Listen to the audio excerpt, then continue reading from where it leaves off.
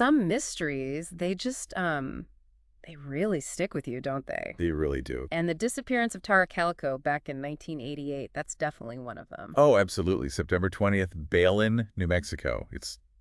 Well, it's haunted the true crime world for decades. It really has. There's just something so unsettling about it. The way she seemed to just evaporate, it's chilling. Okay, so let's set the scene a bit. Tara Calico, she's 19, it's a Tuesday morning, and she heads out on her bike. Her regular ride, yeah. A route she knew really well. Exactly. About 17 miles, something she did often, seemed totally normal. Until it wasn't. Right. She just never came back, and all they found, initially anyway, was her broken Walkman. And a cassette tape right near the road. Yeah. It gives you that awful feeling like someone just disappeared into thin air. The suddenness is key, I think. The broken Walkman suggests something happened, an interruption, but then nothing. No witnesses, no immediate signs of a struggle beyond that. It implies something fast, decisive maybe. Could be. And it leaves this huge, perplexing void right from the start. And there was an early lead, or what seemed like one. Reports of a truck. A light-colored pickup truck. Seen trailing her, apparently. So naturally the thought was, okay, maybe the people in that truck saw something. Or, were involved. It's the logical place to start looking, but it didn't pan out. No.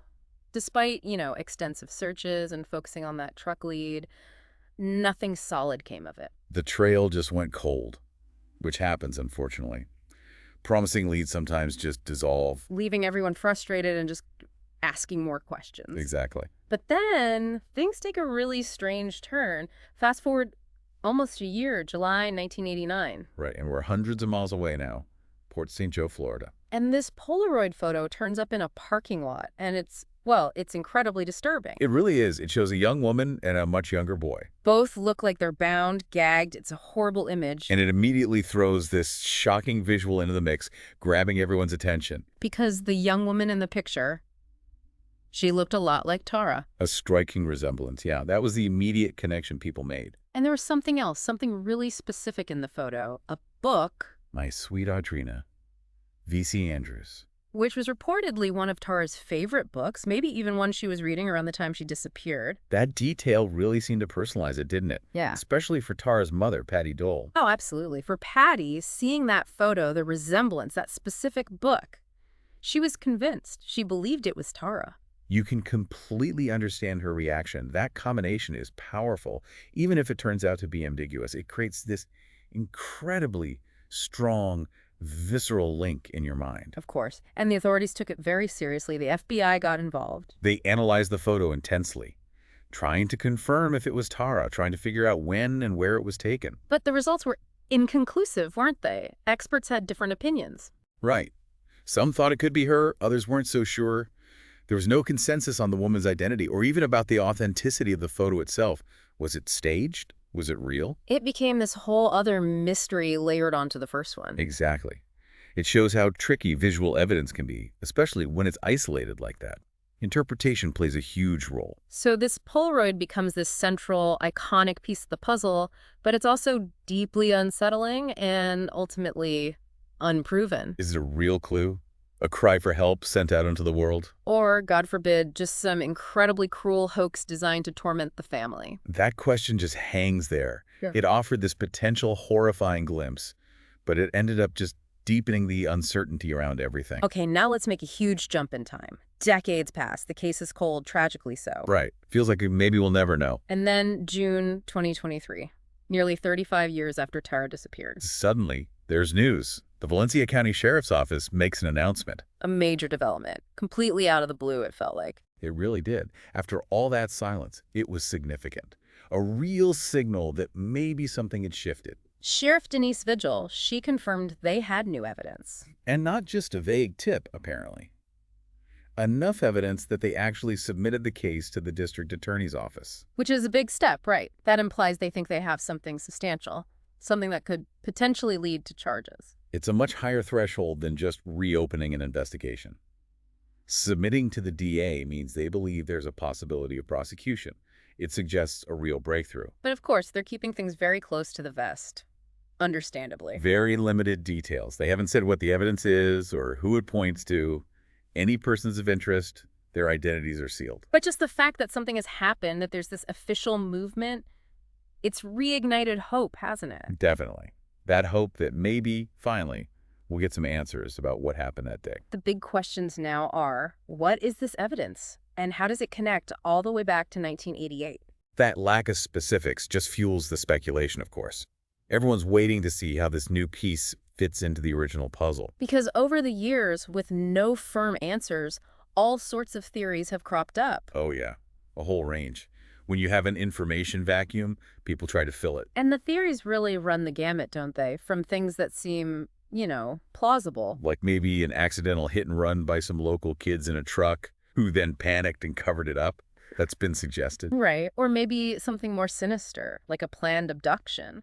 Theories about her being held captive have persisted too, partly because of that Polaroid. The wide spectrum, from the tragic accident to, well, some pretty bizarre scenarios too. Each one trying to explain the inexplicable. And each one runs into the same problem. The lack of hard physical proof to really back it up. But underneath all the speculation, the core fact remains just heartbreakingly simple.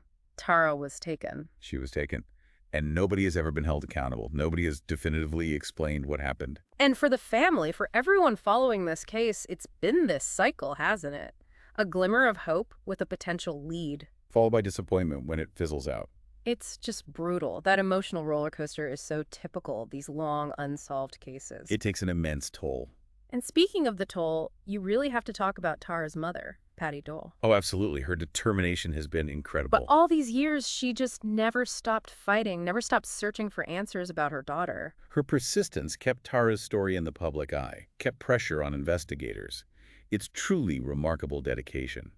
She sadly passed away without answers, but her fight continued through others. And her stepfather, John Dole, too.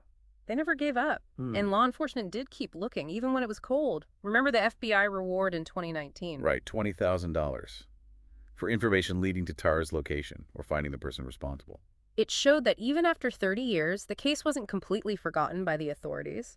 It was an attempt to shake loose some new information, hoping someone might finally come forward after all that time. So now, with this 2023 news, this potential breakthrough, you just have to wonder.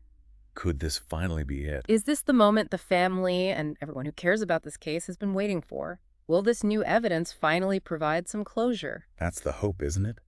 The profound hope sparked by this recent development. After decades of just uncertainty, the idea of finally knowing is huge. So the search definitely continues, but this new lead, it feels different somehow, more concrete maybe. There's definitely a sense of real movement now.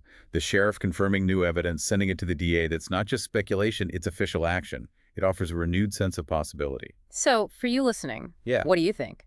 Is this new lead going to be the key? Will we finally solve the Tara Calico mystery? Or is it possible that even with this, it remains one of those cases that just endures as an unknown?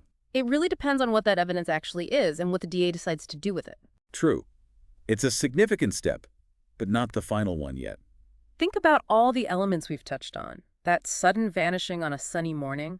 The disturbing Polaroid from far away. The decades of silence, the theories, the family's fight. And now this unexpected twist. What part of it sticks with you the most? What questions do you still have? The Polaroid is still such a strange, compelling piece, isn't it?